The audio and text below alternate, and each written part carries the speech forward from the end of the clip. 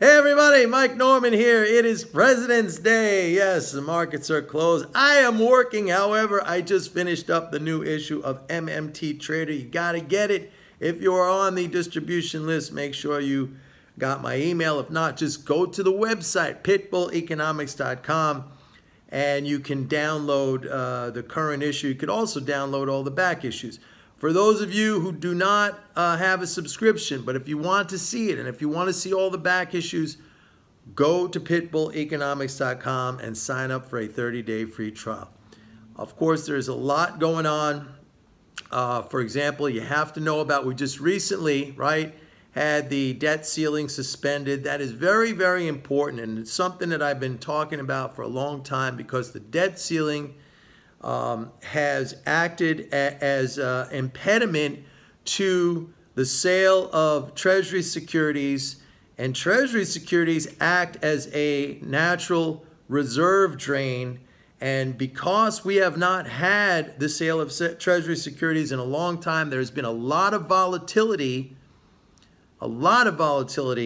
in system reserves, and that has had an impact on the markets, a very significant impact on the market. Now, this relationship is something that only I talk about.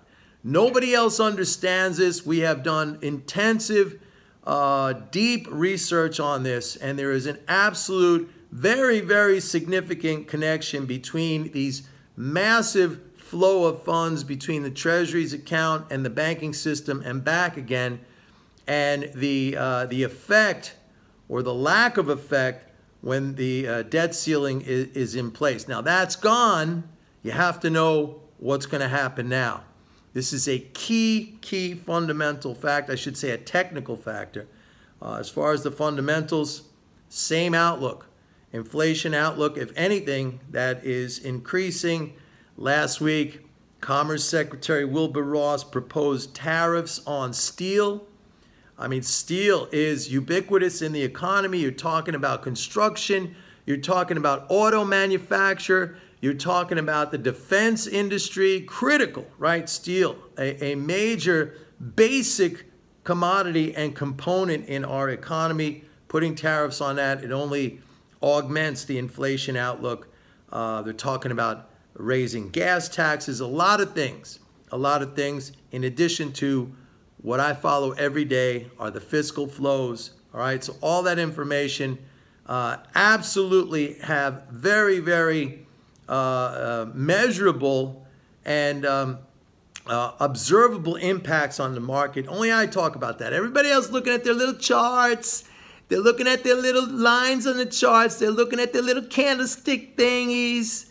You know, maybe they think they're smart economists and they're looking at data that tells you what happened 3 months ago, and they're thinking, oh, that tells me the future. No, it doesn't tell you the future. We know the future.